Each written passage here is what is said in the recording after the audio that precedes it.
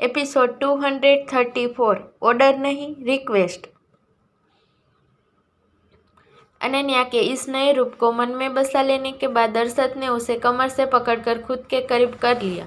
अनन्या उसकी पकड़ में सिमट के रह गई।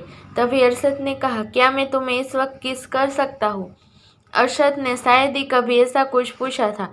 अनन्या ने इसके पीछे की वजह जानने के लिए गहराई से अरशद की आंखों में देखा। हालांकि वो अरशद की आंखों में कुछ भी अलग ढूंढ नहीं पाई। पंजों के बल खड़े होते हुए उसने अरशद के होठों पर अपने होठ रख दिए। उसके ठंडे होठ जैसे ही अरशद के गर्म होठों से मिले, दोनों का शरीर अकड़ गया। अरशद को खुद पर काबू करने की आदत थी, लेकिन अनन्या ऐसा नहीं कर पाई। अरशद का कॉलर पकड़कर वो उसे पैशनेटली किस करने लगी कि अचानक से उसे अरशद ने खुद से दूर करते हुए कहा, अगर तुम ऐसे बर्ताव करोगी तो मैं खुद को कैसे रोकूंगा? अनन्या ने नाखुश होकर अरशद को देखा और बोली, मैंने कब कहा तुम खुद को मेरे करीब आने से रोको? बल्कि मुझे तो हर वक्त यही लगता है तुम मेरे करीब ही नहीं आना चाहते। इतना कहकर अनन्या ने मुंह फेर लिया। उसके छोटे से चेहरे पर गुस्से को देख अरशद मुस्कुराया। अनन्या को पीछे से हक करते हुए उसने सेडक्टिव टोन में अनन्या के कान के पास अपने होठों को ले जाते हुए कहा, मैं अब और तुमसे दूर नहीं जाऊंगा। इतना कहकर उसने अनन्या को अपनी बाहों में उठा लिया। अनन्या को सोफे पर लिटाते हुए अरशद ने अपना कोट उतर कर नीचे फेंक दिया। फिर अपने शर्ट के बटन को खोलते हुए वो स्टडी रूम के दरवाजे के पास गया और स्टडी रूम को लॉक कर दिया। स्टडी रूम में कुछ हिडन कैमरे थे जिनका कनेक्शन सिर्फ उसके फ़ोन से था, मगर वो अनन्या को लेकर कभी कोई लापरवाही नहीं करता था। शर्ट को उतारकर चेयर पर रखते हुए उसने स्टडी रूम से कनेक्ट सभी नेटवर्क को डिस्कनेक्ट कर दी, साथ ही लाइट को भी। लाइट के बंद होते ही अनन्या उठकर बैठ गई और बोली, क्या यह कुछ गड़बड़ है? तो अरशद ने उसके पास आते हुए कहा, नहीं सब ठीक है। इतना कहकर उसने अनन्या की कुर्ती को भी उसके शरीर से अलग कर दिया। स्टडी रूम में हल्की रोशनी थी और उस रोशनी में अनन्या अरशद लंबे समय बाद एक दूसरे के प्यार में डूब चुके थे। एक लंबे खुशनुमा लम्हे के बाद दोनों एक दूसरे की बाहों में थे। अरशद की आंखें बंद थी तो वहीं अनन्या उसे मुस्कुराते हुए देख रही थी। अरशद की चेस्ट पर उंगली को गोल गोल फेरते हुए उसने थोड़ा शर्माते हुए कहा, हब्बी। दोबारा हब्बी सुनकर अरशद ने अनन्या को देखा। अनन्या उसे नजरें चुराते हुए बोली, क्या मैं सबके सामने भी तुम्हें हब्बी बोल सकती हूँ? क्या तुम ऐसा करना चाहती हो? अरशद के पूछने पर अनन्या ने जल्दी जल्दी हाँ में अपना सिर हिला दिया। अरशद को कोई एतराज़ नहीं था, मगर वो जानना चाहता था इस नए बदलाव का आखिर कारण क्या था। और तुम ऐसा क्यों करना चाहती हो? अरशद के इस सवाल पर अनन्या ने मासूमियत के साथ उसे देखते हुए बोली, क्यों से क्या मतलब है? तुम्हारा हर लड़की अपने हस्बैंड को जानू, सोना, बाबू, डार्लिंग कहकर बुलाती है। अब मैं भी ऐसा करना चाहती हूँ, सिंपल। ओ, अनन्या ने बस इतना कहा और आंखें बंद कर अनन्या ने कुछ देर उसका जवाब का इंतजार किया। फिर मन ही मन अरशद को बहुत सारा भला बुरा कहते हुए उसकी बाहों में सो गई।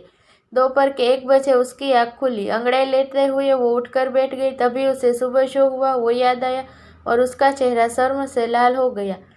ब्लैंकेट में अपना मुंह छुपाते हुए उसने शर्माते हुए कहा, अरशद अभी भी पहले जैसा ही है। वो अब भी मुझे पहले जितना ही प्यार करता है। मैं ही हूँ जो बेकार की बातें सोचती रहती हूँ। मैडम, क्या आप उठ गए? मेड की आवाज़ लगाने पर अनन्या ने शर्माना बंद किया और दरवाजे की तरफ देखते हुए बोली, हाँ मैं उठ गई हूँ। क्या अरशद अभी भी घर पर है? इसके जवाब में मेड ने कहा, जी मैडम, सर आज घर पर ही है। वो आपका नीचे आने का वेट कर रहे हैं। और हाँ, शायद कोई और भी है जो आपसे मिलना चाहता है। कोई और? अनन्या ने सोचते हुए पूछा, कौन है? तो मेड बोली, मुझे उनका नाम तो नहीं पता, पर सब कह रहे हैं वो कपूर परिवार का छोटा बेटा है। कपूर परिवार का छोटा बेटा? ईशान? अनन्या की आंखें बड़ी हो गई। बेड से उतरते हुए वो ड्रेसिंग टेबल की तरफ भागी। मैंने उसे रेस्टोरेंट में बुलाया था, वो यहाँ क्यों आया? कहीं मैंने जो उसे समझाया था वो अरशद को ना बता दे।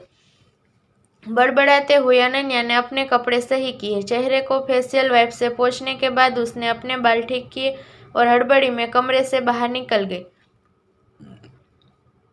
सीढ़ियों से उतरते हुए ही उसने देख लिया ईशान अरशद से बात कर रहा है। वो दोनों काफ़ी सीरियस लग रहे थे। कहीं इसने अरशद को अपना प्लान के बारे में सब बता तो नहीं दिया? उनके पास जाने से पहले मुझे यह पता करना होगा। खुद में यह डिसाइड करते हुए अनन्या ने अपनी पॉकेट टटोली, लेकिन उसका फोन उसके पास नहीं था। यह एहसास होते ही वो फिर जल्दी में भागते हुए अपने कमरे में आई। जब कमरे में भी फोन नहीं मिला तो वो भागते हुए स्टडी रूम में गई।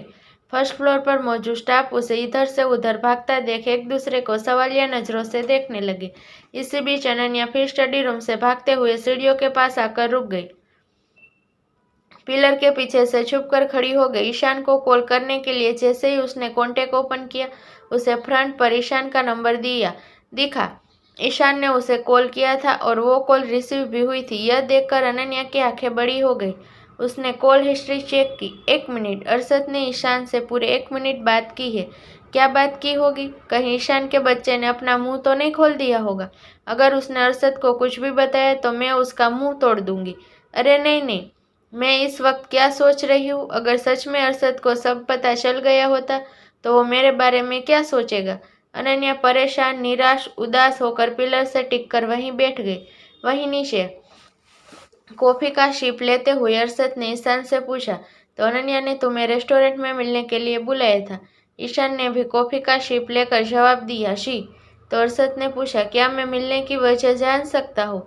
यह सुनकर ईशान कुछ पल के लिए अरशद को देखता रह गया। कहने को तो उन दोनों के दादा एक दूसरे के दोस्त थे और दोनों का एक दूसरे के घर पार्टी फंक्शन में आना जाना लगा रहता था, मगर अनन्या से मिलने से पहले ईशान को अरशद से फेस टू फेस बात करने का मौका कभी नहीं मिला था। अगर कभी पहले अरशद की बात होती भी तो ईशान अरशद भाई कहता, क्योंकि उसने अथर्व को हमेशा से अथर्व भाई ही बुलाया था। मगर जब हकीकत में उसका सामना अरशद से हुआ था तो वो चाहकर भी वो शब्द नहीं बोल पाया और ना ही कभी आगे बोल सकता था। हालांकि ईशान को इससे फर्क नहीं पड़ता था, मगर वो अरशद के सामने होकर भी अपने और उसके बीच के फासले को महसूस कर सकता था, जो कि उसे अनन्या के साथ कभी महसूस नहीं हुआ। उसने कॉफी का कप टेबल पर रखा और अरशद से माफ़ी मांगते हुए बोला, सॉरी सर, मैं आपको वजह नहीं बता सकता। ना सुनने के बाद अरशद के फेस पर एक हल्की सी स्माइल आ गई। उसने कहा, अच्छी बात है, एक दोस्त को अपने दोस्त के प्रति लॉयल ही रहना चाहिए। ईशान ने चौंक कर अरशद को देखा। उसे अपने कानों पर यकीन नहीं हो रहा था। अरशद ने स्माइल करते हुए आगे कहा, तुमने मेरी वाइफ की जान बचाई है, पर इसका क्रेडिट वो तुम्हें कभी नहीं देगी। जानते हो क्यों? ईशान, जो पहले शॉक्ड में था, अरशद के इतने प्यार से बात करने पर और ज़्यादा शॉक्ड में चला गया और वैसे ही ना में अपना सिर हिला दिया। अरशद ने उसके एक्सप्रेशन पर ध्यान नहीं दिया। वो आगे बोला, क्योंकि उसने तुम्हारी जान बचाई है। शायद इस बात को तुम्हें समझने में मुश्किल हो, लेकिन आन्या की नज़र से यही सच है और मैं चाहता हूँ यही सच रहे। अगर वो तुमसे कहे उसने तुम्हारी जान बचाई है तो मैं चाहता हूँ तुम बिना किसी बहस के इस बात को एक्सेप्ट कर लेना। ये ऑर्डर नहीं है, इसे मेरी रिक्वेस्ट समझना। और हाँ, तुम यहाँ पहली बार आए हो, चाहो तो आज रात यहाँ रुक सकते हो। अरशद चला गया और ईशान सदमे में खड़ा उसे जाता देखता रहा।